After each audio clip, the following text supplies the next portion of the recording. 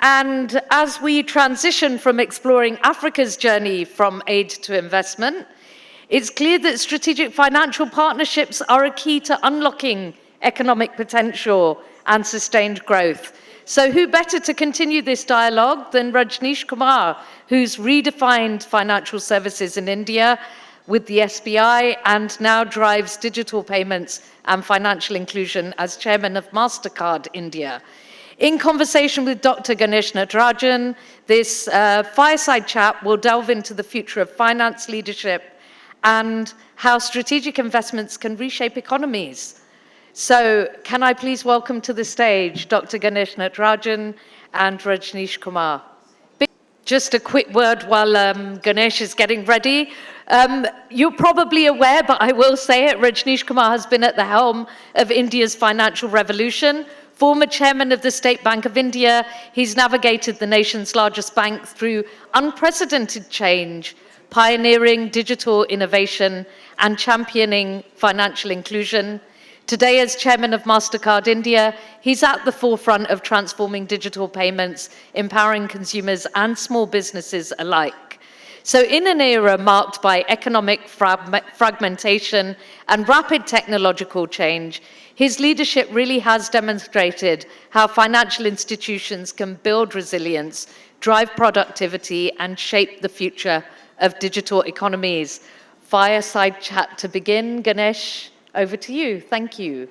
Thank you very much. You have 30 minutes to go before lunch. Okay, so that's the bad news. But the good news is that I think we have an amazing performer, success story, and continuing great performer in the financial services sector to talk to us. So I'm going to cover three themes. And I was telling Rajnishji that we will cover it like a pyramid. So we'll start with the transformation of one of India's largest institutions. Then we'll talk a little bit about what's happening in the financial services sector today. Then, of course, no discussion today can be complete without the last 30 days of geopolitics, aka Trump. And then we'll come back down to what does that imply for India, then the financial services sector, and back to the big banks like State Bank of India. And all this we'll cover in the next 24 minutes and 47 seconds, so don't worry. So Rajnish, quick question. Thank you. First of all, thank you very much for coming here. I know it was a very quick trip for you, but thank you. And I was fortunate to be invited by you to join the State Bank of India board, so privileged for that. But knowing what you have done, okay, both the complete digital transformation of State Bank of India, the partnership with various banks like Yes Bank, even the efforts you made with Jet Airways, etc. Just tell us a little bit about your journey and what makes Rajnish Kumar Rajnish Kumar. Thank you for the introduction, and it was always a pleasure to have people like Ganesh Natarajan on the board of State Bank of India, because this is where all the journey and transformation journey is started. So first, sort of a disclaimer. When I completed my term at State Bank of India, and one of the financial journalists asked me, what is your legacy in State Bank of India? And my response to him was that we are here as chairman for a very short period of 3 or 4 years. So not a single chairman or one person can claim a legacy. We are like gardeners. Your predecessors, they leave some samplings for you to nurture. And when you leave, you have already nurtured those samplings, and you plant some saplings for your successors to nurture. So that was my answer to him, and I still hold to it. And in that conversation, interestingly, Aditya Puri was there. So it was a conversation with two people. So Aditya Puri, for 30 years, he can claim legacy. State Bank chairman, nobody can claim that kind of legacy. It's in the DNA of the organization.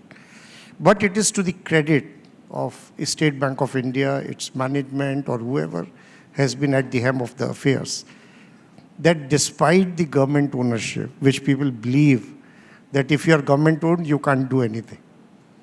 So that myth was broken, because government doesn't say that you can't act or you can't do things. There is a framework, because it's a large organization.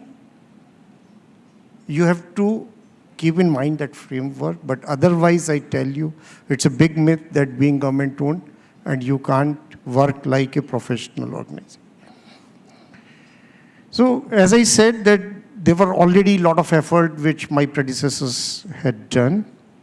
But some of the simple things like resetting the vision, mission, and value statement.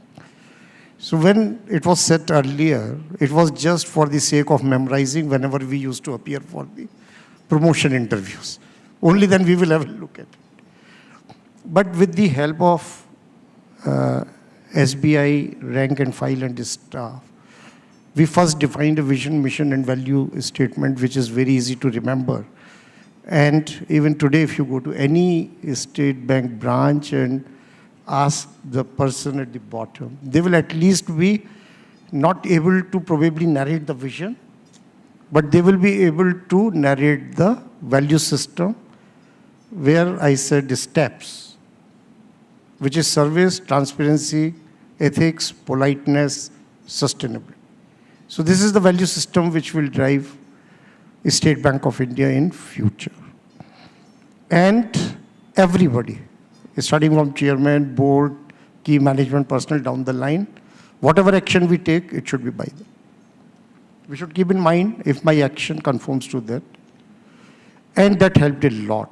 And I will tell you a small example that Big Bull, late Rakesh Jhunjhunwala. So I asked him in one of the interactions that, why don't you hold State Bank shares? And his response was a bit shocking. He says that we don't believe that what actually is the book value of your share. That was his response. I told him that we'll meet after a couple of months, and that is when the big cleanup happened.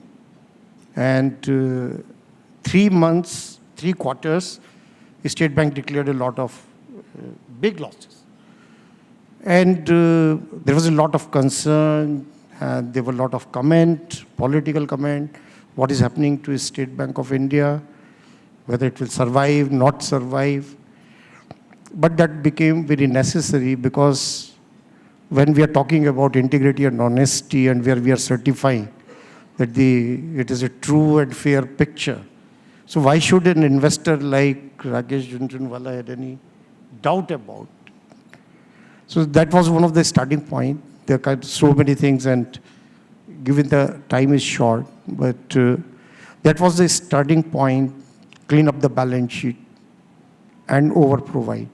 So Dinesh, who is my successor, he was the first chairman to get the cleanest balance sheet over-provided. And I'm happy that he continued that. Because the current chairman also has received the balance sheet which is very clean, over-provided. So on that front, today, whatever you see State Bank's performance, it's true and fair picture. Then you talked about digital transformation. So any transformation or for any change management to happen, the biggest stakeholder is the employees. Apart from, we are dealing with customers, they do get impacted. And whenever any change is being implemented, communication becomes very important. And the first question which gets asked naturally is, what is in for me?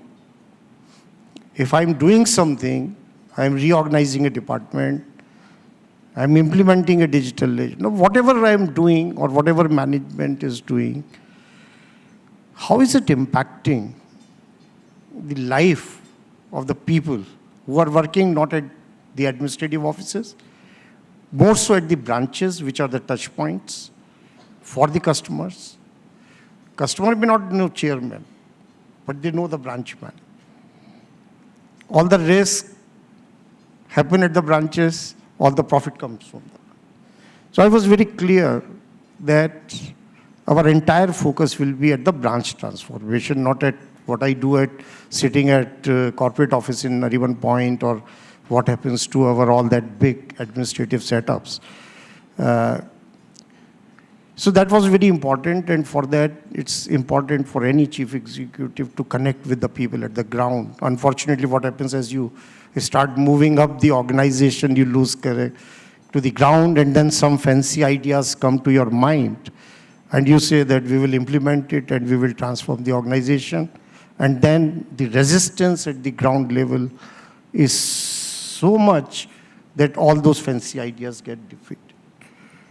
So if the buy-in from the people who gets impacted is not there, changes are not possible. It's not that resistance to change is not there. That is again a human nature. We live in our comfort zone and no one wants a change. And in all organizations, there is a turf to be protected.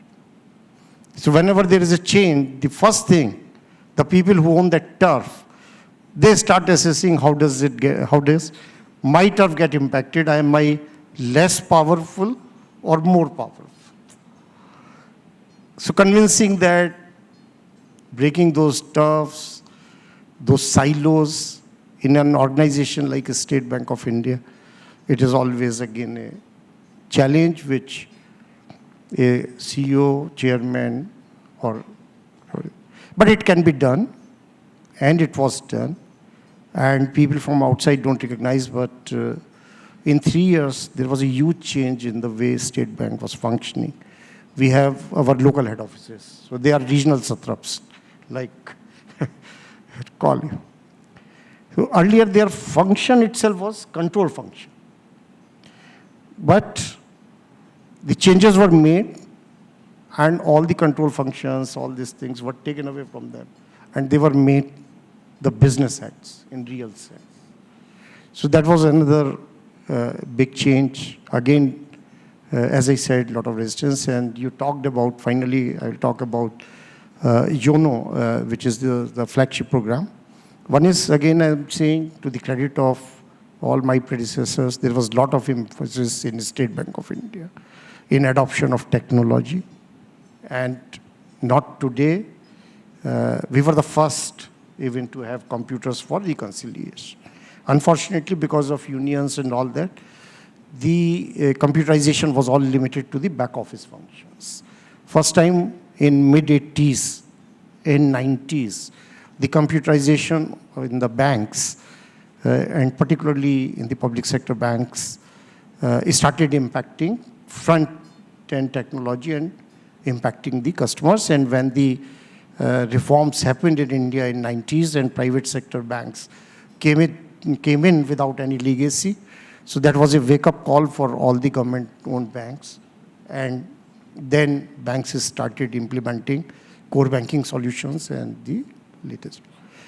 But when I started this journey of YONO, which is today I can say that it is the largest digital bank within the bank, of course, it's not a separate bank, but no bank globally would have more than 80 million registered users.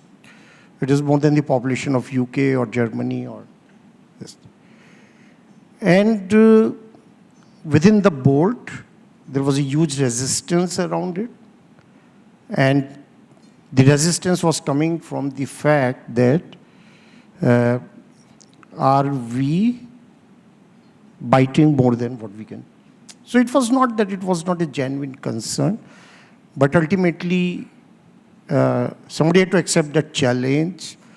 And I was managing director at that time when I started this initiative, and Arundhati Bhattacharya was the chairman. She also asked me this question, will you be able to handle it? Will there be like a lot of disruption? So I said, don't worry, madam, we will handle it, but there is no other way. We have to do it. And then what is started with the initial idea of building a marketplace, it became a complete banking solution. And today, there is hardly any banking transaction or what we call consumer journey which cannot happen on YONO. So it is a success story.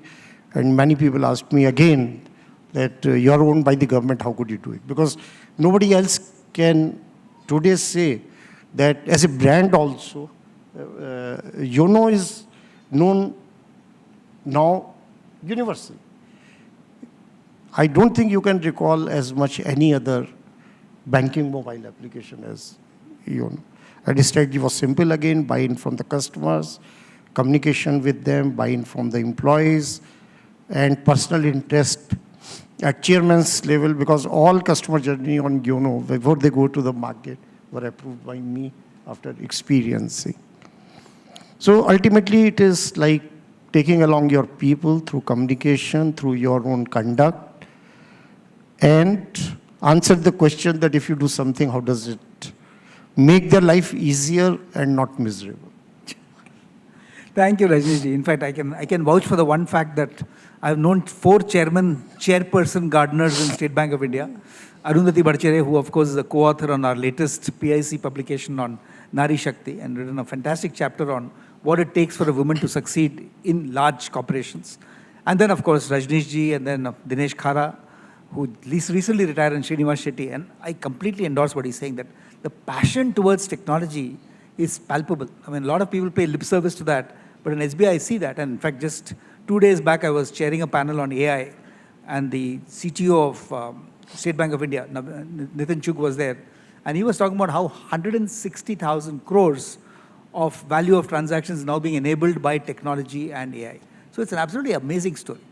So second question, sir, I'll just have 3 questions. So the second one is, you are now part of the whole payments and banking ecosystem, I think on the board of Asia Pacific for HSBC, the chairman of MasterCard, chairman of Bharat Pay, and we all are very, very proud of what happened with UPI and what we call the JAM Trinity, Jan Dhan Aadhaar Mobility. And a lot of people, give credit to Nandan Nilekani and his team for making that happen. But we are, as I think Sanjeev was saying this morning, we are so far ahead in terms of the sheer use of technology. I think it's amazing. So what is your view? Where are we today as a country in all your areas? Payments, what is the future of credit cards? Any quick thoughts on where are we today in India? Yeah, no, absolutely. We are way ahead. And it is the finest example, UPI, of public-private partnership, where the digital public infrastructure was laid by the government and applications have been built by the private sector. And Nandan has played a key role in establishment of NPCI first, and then designing Aadhaar, or what do you call, and then the UPI, which is a envy of the world today. So payments, definitely, we are way ahead, and the success is ease of using it, and it is zero cost. So what I heard in the previous section, marginal cost of product. So there is of course an element of cross subsidization, because the banks are bearing, or whoever is the player, whether it is PhonePe, Google Pay, Bharat Pay, on those small transactions where you can't charge a fee. So you lose some money on that. And government also, many times they have very clearly said that you make money or elsewhere. And that is where the cross-sell to these customers, either you lend or you give other products, that is how we try to make money. And the possibilities in use of technology in the financial system are again endless. What we are talking about now is ULI, Reserve Bank of India initiative on creating a lending platform which will be as easy to use and this thing, and it is all based on data analytics. So every stage of lending can be digitized, and the first and the foremost is always the underwriting. So using the data analytics, whether it is structured data, unstructured data, all the lenders, I would say, they are using technology and data analytics in a big way to underwrite, because I would say 80 to 90% of your problem is solved if your underwriting is right. Then the collection problem will be minimized. And as I said, the financial system, whether it is payments, transactions, lending, customer experience, customer service, call center, internet banking, mobile banking, there are so many delivery channels today which are all based on technology. In fact, in the State Bank of India, again, I can take example of State Bank always. Now, more than 97% transactions don't happen at the branches. Only 2.5% transactions are happening at the branches. Rest is all what we call alternate channels or digital channels. And I think success built on its own. So what UPI has given the confidence to the banking system, financial system, regulators, that we can do it. And digital lending is where now a lot of action is happening and will continue to. No, absolutely, sir. It's very amazing. In fact, I remember last year, AED, I think Minister Jaishankar was here as one of the keynote, and he has made some famous statements on how between his son who lives in America and what he sees in India is so different. And anecdotally, I have the same evidence. I remember 3 months back, I was in Chicago airport and went to the coffee counter for a cup of coffee. This was like fairly early in the morning. And the lady says, "I'm sorry, sir, I can't give you coffee because my computer system is not working." I said, "But your coffee machine is working. How much is the coffee?" She said, $3. I said, "Here's $5. Give me $2 back." So she said, "How does that work again?" I mean, this is the dependence on technology. Whereas in India, this is like, it's an everyday occurrence now. But I remember 6 months back or a year back, many of you may play golf, but at the 5th hole of the Pune Golf Club, there is this little chai shop that you have. And I went there and said, "How much is the tea?" He said, 30 rupees. I said, I gave him 100 rupees. I said, "I hope you have change." He says, "Sir, UPI karo na." This is a guy who's probably not even past school, but he's got UPI everywhere. And I believe, though I have no authentic information to prove this, that some of the holy cows in Varanasi have UPI tags on their backs. So you don't need to worry about giving donations anytime. I have no proof on this, by the way. So it's only and you are saving a lot of money. Yeah. As a consumer, you are saving a lot of money. Yeah, because absolutely. earlier, getting the change was a big problem, no more. Absolutely amazing. So, sir, last question. We are all watchful, as Sanjeev was saying, every morning we get up and there's a new Trump announcement, so we wonder how that will hit us. And today the whole financial sector, yesterday Ajit Ranade was asking Minister Goyal, Piyush, a question, saying that, look, I mean, why is it that the net inflow of investment dollars has actually come down to zero in this country? So what can Trump do or not do that can completely change the financial systems in this country? Any thoughts on that? Oh, you are asking me. Yes. Even Trump can't answer that What's question. What's your prediction? What's the worst case and the best case scenario? Yeah, no, the way I see it, one is that as far as the international capital is concerned, so it is very fluid. Wherever they get the returns, the capital flows there. If today the opportunity to maximize return in USA, it will go to US. If the maximization can happen in India, it will come to India. So that is what it doesn't love anyone. It loves returns, that's all. So we should not live in the world where like India is like they love India. No, they love their returns. So if you can offer high returns, they will come to you. If you can't offer higher returns, they won't come to you. So it is as simple as that. India's largest attraction for anyone, and which is a huge leverage and protection against any geopolitical turbulence, is the size of its market. And if USA, China, Russia, everybody, at least if they don't want to be on your right side, but they also don't want to be on your wrong side. That we have seen. So it is nothing else but the size of the market and power of this market, which nobody would like to ignore. So that is our biggest protection. So till such time we have a decent growth, our market size grows, our income level grows, consumption grows. So world will definitely take care of you. It's all always pure economics, nothing else. But Rajnish, a related question to that. I mean, obviously, we are all proud of the progress the country is making, whether it's in physical infrastructure, digital infrastructure, the sheer boldness that the minister was saying yesterday and the confidence we have in the country. But there are dichotomies in the sense that we know we will, without question, become the third largest economy in the world in terms of GDP.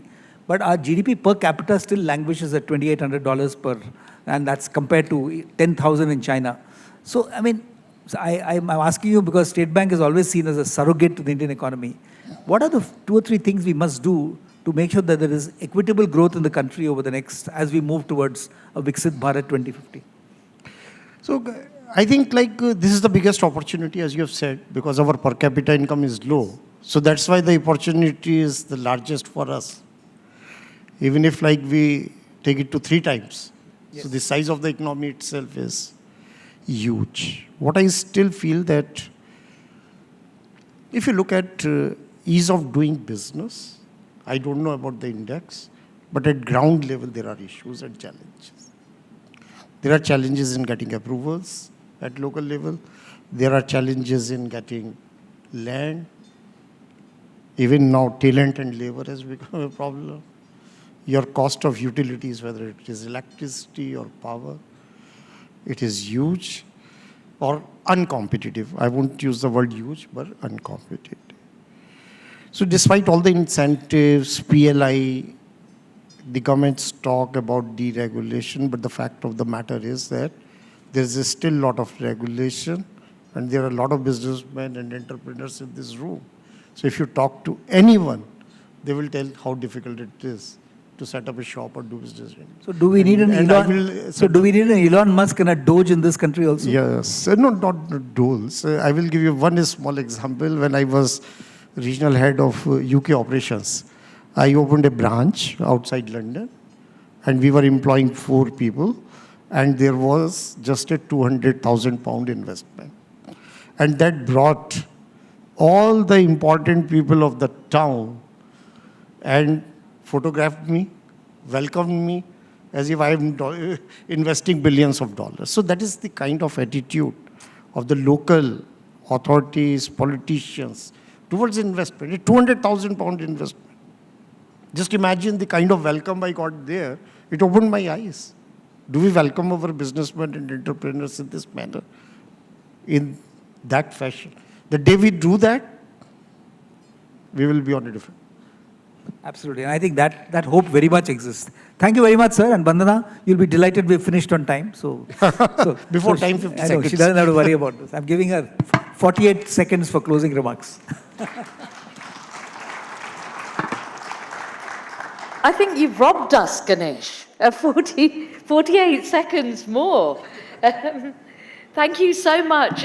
Could I invite Pradeep Bhargava, trustee of PIC, to present a small memento and token of appreciation?